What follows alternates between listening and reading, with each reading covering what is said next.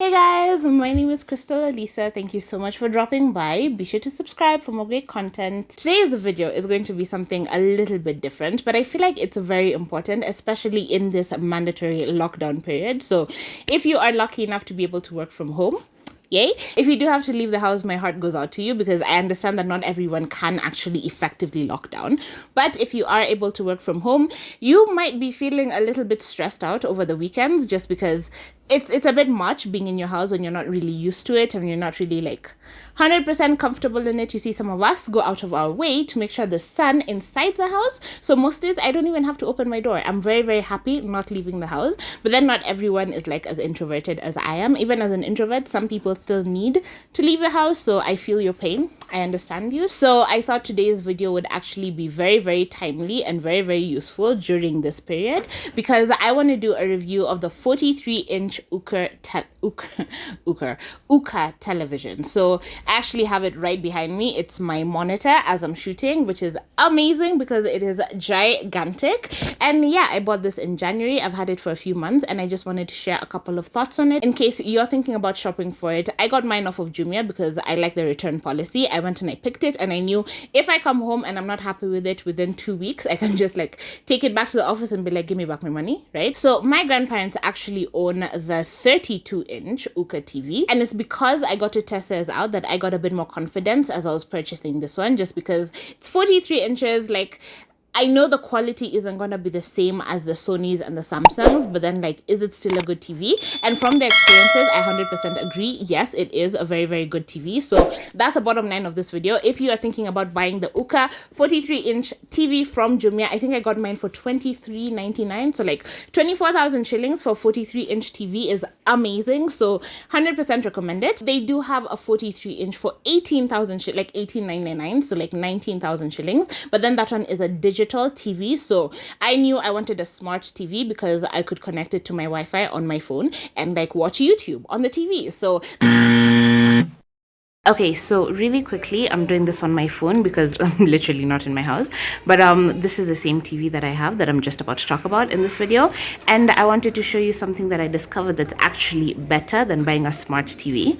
And I discovered this at my uncle's house, so that's where I'm recording this from. So I've just connected an Android box using the HDMI cable. Don't know if that's familiar to anyone.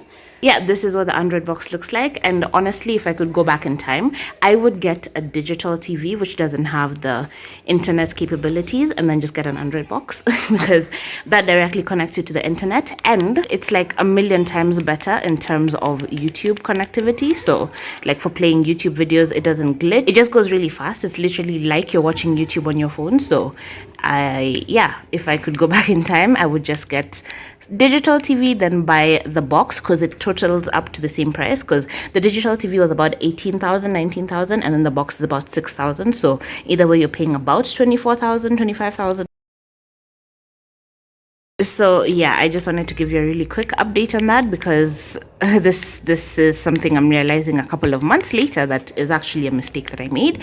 And if I can stop you guys from making the same mistake, the better. And honestly, at some point I actually thought about returning it. So we're getting into the pros and cons here. I actually thought about returning it because when I was still connected through like creating a hotspot through my telecom SIM card on my phone, the TV would glitch a lot. Like it would be like loading and like thinking and I think like hunting for that signal. So when you press a button, it would take forever for it to respond. I even had to like change batteries, decided to, because it comes with batteries. So I used their batteries, it was still glitching. I used my previous remote's batteries, it was still glitching. So I actually went out and bought brand new batteries, brought them, and it was still glitching. So I was really, really close to returning it just because I was like, if this can't function properly as a smart TV, why am I not paying 19 and agreeing to pay 24? Like it didn't make any sense, you know? So yeah, but I'm really, really glad I didn't because the issue was the connection to my phone. I recently got Wi-Fi in the house and now it's working so much better. I don't have to disconnect it from the internet even when I'm not using the internet on the TV, which is something I definitely had to do when I was connected on my phone because it would honestly constantly be hunting for signal even when I'm not asking it to connect to anything, right? So yeah, if you do have Wi-Fi in the house, this is the absolute perfect television for you. Like honestly, it does work really well as a smart TV. You do have to like sort of work with it and figure out which apps will respond to you. So the one that I have found is Puffin TV. It's something you download through their existing portal, and it's a browser in itself. So I just downloaded it, bookmarked it like on my homepage, and I go directly there when I want to go to YouTube or when I want to browse.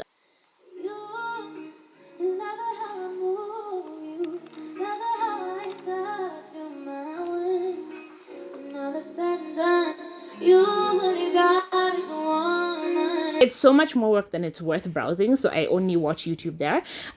You can watch Netflix on the TV. You can download the portal, the whatever. I don't Netflix, so I don't even know how it works. I've seen Netflix there, definitely. That's a con that became a pro, is that with the internet, it was stupidly slow. But once I got Wi-Fi, it became good. Like, it still hangs a little bit, but nowhere near as much as before.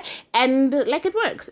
So before it was so bad, I actually was thinking about changing the remote to like a universal remote, just because I felt like it was a remote that wasn't responding to me. Now it hangs very, very rarely, and when it does, I literally just switch it off at the socket, like at the power, switch it back on, and everything is working perfectly. So that is now officially a pro. Another pro is I love all the ports that it has. So now I've actually connected my camera to the TV using the HDMI cable, and I'm going to use my phone to show you what this looks like from where I'm sitting. So this is basically what I am seeing. My camera is right there connected to the TV using this cable that you're seeing here, and then I can actually monitor myself back there, make sure I'm in focus, make sure the shot is covering everything that I wanted to cover, and like everything is clear, you know. So that's pretty awesome. So it goes without saying as well, another pro is a 43 inches that it is. It's gigantic, especially compared to like my previous television, because I've had my previous TV for like 5 years now, and it's a Sony, so it's definitely going strong. It's going to continue going strong.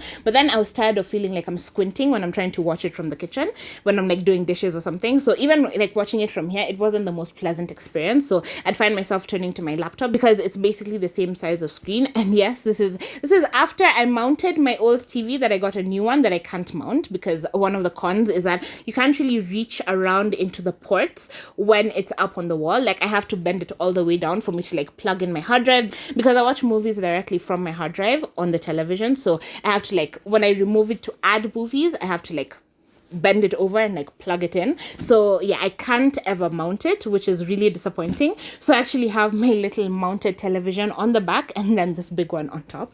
And yeah, the size is amazing. I love how large it is. It's absolutely perfect for you to see everything. So I paid 24,000 for the 43 inches. If I wanted 55 inches, I'd have had to pay 34,000. So I was like 10,000 shillings for barely any difference. Like it's not even worth it. So I would 100% recommend this one. I think this is in the absolute perfect sweet spot of price and size versus the 55-inch one. The clarity is another thing that I heard people complaining about, because since it's not like, it's never gonna be Samsung clear, it's never gonna be Sony clear, but then I watch HD things on the TV and they feel HD. So it's not like things are soft and like blurry and whatever. Like I'm really enjoying watching it actually. Even watching YouTube, and I don't watch YouTube on the highest settings, and everything is still clear, nothing is stretched out, nothing is overly blurred. So I'm actually really enjoying the clarity of this. So I actually tried watching it side by side with my older Sony, and I was actually pleasantly surprised that the clarity was pretty close. I would say the Sony is at 100 and this one is at like 96%. So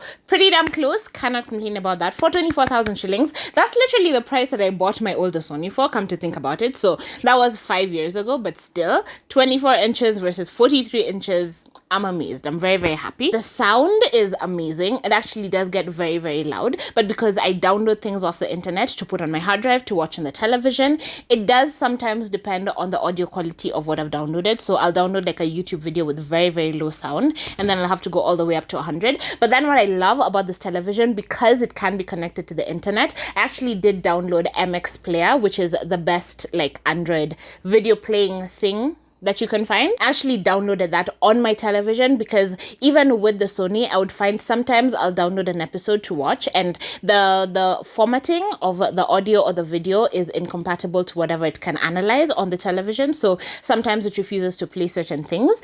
And what I found is that it plays most of the things that my Sony can. So it does have an advanced like decoder inside it, but then some things it won't play. So then I downloaded VLC media player, but then I couldn't figure out how to make it read the files on my hard drive and not try to search for internal to the TV files, which is so stupid. So yeah, that's when I went to the MX player and I downloaded it. Everything loads there. 98% of everything I've tried to play on MX player actually does read and play. So it will refuse to play on like the default pre-installed television media settings place file things, I don't know, but then on MX player it'll actually work beautifully, and MX has its own volume to boost the television volume, so I really like that. But honestly, I watch my things at a volume of 20 usually, and that's pretty good. So even at night when things are a bit more quiet, I tend to go down to 10 or 15, so that tells you how loud the TV can get. So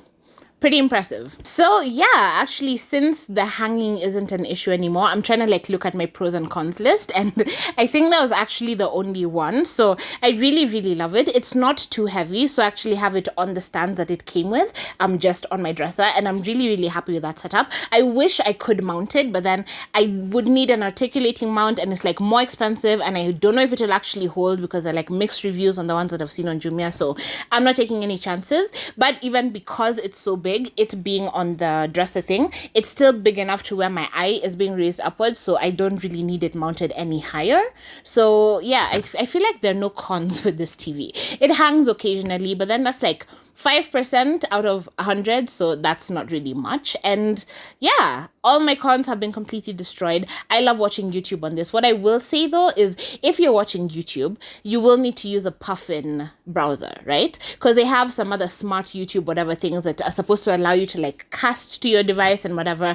I only tried those when I was using the Wi-Fi of my phone, not the Wi-Fi of the house now, and it didn't work. It was a complete mess. So once I discovered Puffin and then I just put in YouTube as in youtube.com and I go there, it works. But then if you watch it on full screen, sometimes it will get so comfortable with full screen that it refuses to respond to the TV. So when you press it, you can actually see like the light on the power button, like the power light basically turning blue and red as you're pressing it. So it is receiving the instructions, it's just not responding to them, and then it responds to them all at once, which doesn't make any sense. So yeah, what I would say, instead of watching it on full screen, unless you're like fully committed to that playlist, because like rewinding it just a little bit can be just a hassle getting it to respond. So what I've been doing is watching YouTube in theater mode, so it actually takes up like half the screen and still gives you access to the play buttons and the push buttons and whatever. So it actually makes it easier for you to control it, and it makes it a lot less likely to hang as you're watching it. So I'm gonna stop rambling because I've already said everything I need to say about this TV. I 100% recommend it. If you want to get it, I do have a Jumia affiliate link that I have never literally I keep forgetting to use. Literally, even when I bought this TV, I should have used my own link, and I never ever do. So I'll just have it in the description if you're interested. If not, it's just literally UKA 43 inches. There are multiple versions. I don't know why, but I think they're the same TV. Yeah, so you can just get that on Jumia and thank me later. And one other thing that I will say is that during this lockdown period, because we may or may not like to watch the same things, so I thought I would actually come to you with recommendations on a few of the things to watch. But then the easiest way for you to decide, instead of me trying to describe all these amazing shows that I'm in love with to you, I'm just gonna have a playlist, so I'll link it down below as well, of the TV shows that I'm currently loving, and things that are already out. So like The Rook, amazing, oh my gosh, only I think 10 episodes, I'm not even sure, but that was one of the highlights of my December watching period. I loved it so much. So I will have a playlist of just the trailers, so you can actually see the trailers for yourself and decide if these are the types of shows that you're into, what you want to watch, what you don't want to watch. And I will be periodically updating it because I'm also discovering new shows during this period. So yeah, if you're a binger like me and you have like a day or two to kill, that list might be helpful to you. Yeah, I'm just gonna end this video here. Thank you so much for watching. Be sure to subscribe, thumbs up the video, obviously. Let me know what you think in the comments, and I will see you in my next video. Also, if you have movie recommendations, I'd love to hear it, like, in the comments, movie or series or whatever. So yeah, just if you can help out everyone else in this community, that would be very much appreciated. So yeah, I'm always looking for new things to watch. Definitely discovering new things as this lockdown seems to be extending to like freaking September, maybe. I don't even know, but like, yeah, thumbs up, subscribe, and I will see you in my next video.